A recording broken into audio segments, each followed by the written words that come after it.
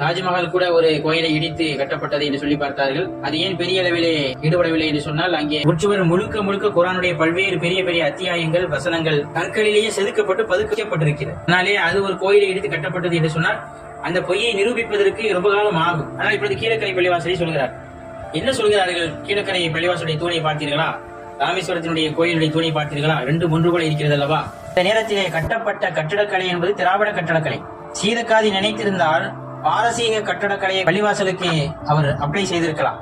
இந்த பகுதியில் இருந்த சமுதாய நல்லிணக்கம், சமூக நல்லுறவின் அடிப்படையில அதே திராவிட கட்டடக்கலையிலே பள்ளிவாசலையும் கட்டினார். அதுதான் நட்புறவு என்பது. ஆனா வித்தியாசம் இருந்தது. என்னன்னா, கோயிலிலே அந்த தூண்களில் சிலை சிற்பம் வடிக்கப்பட்டிருக்கும். பள்ளிவாசலிலே சிலை சிற்பம் வடிக்க முடியாதல்லவா? அதனாலே பூ வேலைப்பாடுகள் இருக்கும். இன்றைக்கு நீங்கள் அதை பார்க்கலாம். எனவே கோயிலை இடித்துவிட்டு பள்ளிவாசல் கட்டினார் என்பதை ஒரு பச்சை பொய், அபாண்டமான பழி என்பதை எல்லோருமே புரிந்து வைத்திருக்கிறோம்.